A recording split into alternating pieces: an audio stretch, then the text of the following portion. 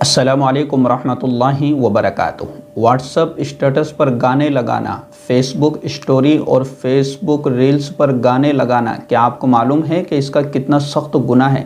میں قرآن کریم کی آیت آپ کو پڑھ کر سناتا ہوں، آپ سمجھیے اسے کہ وَمِنَ النَّاسِ مَن يَشْتَرِي لَهْوَ الْحَدِيثِ لِيُضِلَّ عَن سَبِيلِ اللَّهِ بِغَيْرِ عِلْمٍ وَيَتَّخِذَهَا هُزُوًا أُولَٰئِكَ لَهُمْ عَذَابٌ مُّهِينٌ۔ کہ بعض لوگ ایسے ہیں جو خرید کرتے ہیں ایسی چیزوں کی جو اللہ سے غفلت میں ڈال دیتی ہے، جو اللہ سے بے خبری میں ڈال دیتی ہے، جو اللہ سے غافل کر دیتی ہے بغیر علم۔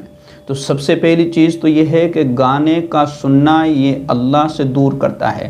اور حضرت عبداللہ ابن مسعود رضی اللہ تعالیٰ عنہ سے اس کی تفسیر پوچھی گئی، اس کی تفسیر کے بارے میں پوچھا گیا تو حضرت عبداللہ ابن مسعود رضی اللہ تعالیٰ عنہ نے فرمایا کہ اس آیت کریمہ میں جو لہو الحدیث ہے اس سے مراد گانا ہے۔ تو گانا سننے کے کئی سارے نقصانات ہیں، اور پھر اللہ رب العزت نے آگے ارشاد فرمایا کہ اولئک لہم عذاب مہین، کہ جو لوگ گانا سنتے ہیں ان کے لیے دردناک عذاب ہے، دردناک سزائیں اللہ نے رکھی ہیں۔ تو واٹس ایپ پر اسٹیٹس لگانے سے پہلے سوچئے، اپنے دل میں ذرا اللہ کا خوف پیدا کیجئے کہ میں کیا لگانے جا رہا ہوں، میں کیا لگا رہا ہوں اپنے اسٹیٹس پر، میں کیا لگا رہا ہوں اسٹوری پر، میں کیا لگا رہا ہوں اپنے ریلز پر۔ تو سب سے پہلی چیز کہ اس پر اللہ کی طرف سے سخت اور دردناک عذاب ہوتا ہے۔ اور پھر دوسری حدیث میں اللہ کے رسول صلی اللہ علیہ وسلم نے ارشاد فرمایا کہ جو شخص گانے سنتا ہے اس کے کان میں پگھلا ہوا شیشہ ڈالا جائے گا قیامت میں۔ تو کتنا سخت عذاب ہے ان لوگوں کے لیے جو گانے سنتے ہیں۔ اور پھر دوسری حدیث میں اللہ کے رسول صلی اللہ علیہ وسلم نے ارشاد فرمایا کہ جس وقت قبروں سے لوگ اٹھ کر کے اور میدان محشر کی طرف جا رہے ہوں گے تو اس وقت کہ جو شخص گانے سنتا ہے، گانے سننے کا عادی ہے، وہ اندھا ہوگا، کانا ہوگا، بہرا ہوگا اور گونگا ہوگا، یعنی نہ بول سکتا ہے، نہ دیکھ سکتا ہے اور نہ سن سکتا ہے۔ تو ایسی حالت میں وہ قبر سے اٹھایا جائے گا۔ تو کتنا سخت گناہ ہے ان لوگوں کے لیے، اور کتنی سخت وعید کی بات ہے ان لوگوں کے لیے جو گانا سنتے ہیں، خود بھی سنتے ہیں، لوگوں کو بھی اس گناہ میں ملوث کرتے ہیں۔ تو بچیے اس گناہ سے۔ اور پھر اللہ کے رسول صلی اللہ علیہ وسلم نے ارشاد فرمایا ایک جگہ پر کہ گانا سننا دل میں نفاق پیدا کرتا ہے، یعنی جو شخص گانے سننے کا عادی ہوتا ہے تو وہ منافق بن جاتا ہے، اس کے دل میں نفاق پیدا ہو جاتا ہے، وہ اللہ اس کے رسول کی تعلیمات سے دور ہو جاتا ہے۔ آج ہم یہ سوچتے ہیں کہ یار ہم نماز پڑھنا چاہتے ہیں لیکن کیا کریں، نماز مسجد میں جایا ہی نہیں جاتا ہے۔ ہم جو ہے اللہ کا ذکر کرنا چاہتے ہیں لیکن ہم سے دل کا اللہ کا ذکر ہوتا ہی نہیں ہے۔ یہ کیوں نہیں ہوتا ہے؟ اس لیے کہ ہمارے دلوں میں نفاق پیدا ہو چکا ہے۔ گانے سن کر کے ہم نے اپنے دل کو اتنا سیاہ اور اتنا کالا کر لیا ہے کہ ہمارے دلوں میں نفاق بھر چکا ہے۔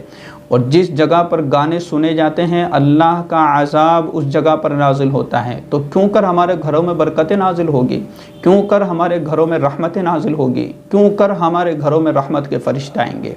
ہر ایک کے اسٹیٹس پر گانے لگے ہوئے ہیں، ہر ایک کے فیس بک پر اسٹوری لگی ہوئی ہے، ہر ایک کے فیس بک پر اور انسٹاگرام پر جو ہے ریلز بنی ہوئی ہے اور سب گانوں سے بھرے ہوئے ہیں۔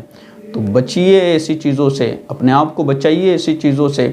آپ خود بھی گناہ میں ملوث ہوتے ہیں اسٹیٹس لگا کر، اور جو لوگ اپنے آپ کو بچانا چاہتے ہیں، متقی ہے، پرہیزگار ہے، ان کو بھی آپ اپنے ساتھ مل کر کے گناہوں میں ملوث کرنے کی کوشش کرتے ہو۔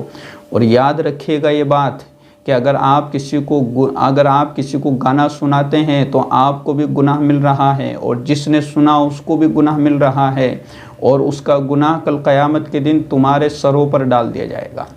یہ صاف بات ہے کہ اگر تم اسٹیٹس پر کوئی نیکی کی بات لگاتے ہو، اچھی بات لگاتے ہو، حدیث لگاتے ہو، تو جتنا ثواب آپ کو مل رہا ہے اسی طریقے سے ثواب سامنے والے کو ملے گا جس نے دیکھا، جس نے سنا۔ اور اگر آپ گناہ کا کام لگا رہے ہیں، اگر آپ گانا لگا رہے ہیں تو جو آپ نے سنا اس کا گناہ الگ، جو آپ نے لوگوں کو سنایا اس کا گناہ الگ، اور کل قیامت کے دن گٹھڑی باندھ کر کے آپ کے سروں پر ڈال دیا جائے گا۔ اس لیے بچیے ایسے کاموں سے، اپنے آپ کو بچائیے اور متقی بنیے، پرہیزگار بنیے، اپنے موبائل کو صاف اور شفاف رکھنے کی کوشش کیجیے۔ اچھی چیزیں لگائیے نا، اسٹیٹس پر اچھی چیزیں لگائیے، اچھی باتیں لگائیے، اچھی بہترین چیزیں رکھیے۔ اگر ہم گانے کی جگہ پر اگر اچھی چیز لکھ دیں گے یا اچھی چیز لگا لیں گے تو ہمارا کیا بگڑ جائے گا؟ کم سے کم ہمیں گناہ تو نہیں ملے گا۔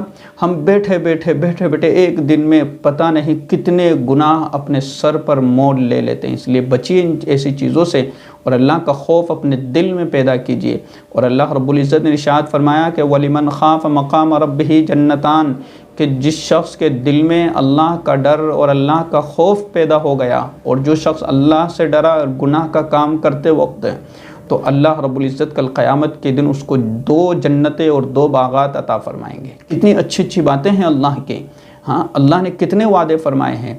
تو جو کام ہم گناہ کا کر رہے ہیں، اس کام کے کرنے سے پہلے ہمارے دل میں ڈر پیدا ہونا چاہیے کہ اللہ مجھے دیکھ رہا ہے، اللہ میری باتیں سن رہا ہے، اور یہ دل اور یہ ڈر آپ کے دل میں پیدا ہو گیا تو یقین جانیے کہ اللہ رب العزت نے جو وعدہ فرمایا وہ وعدہ اللہ رب العزت ضرور پورا کرے گا۔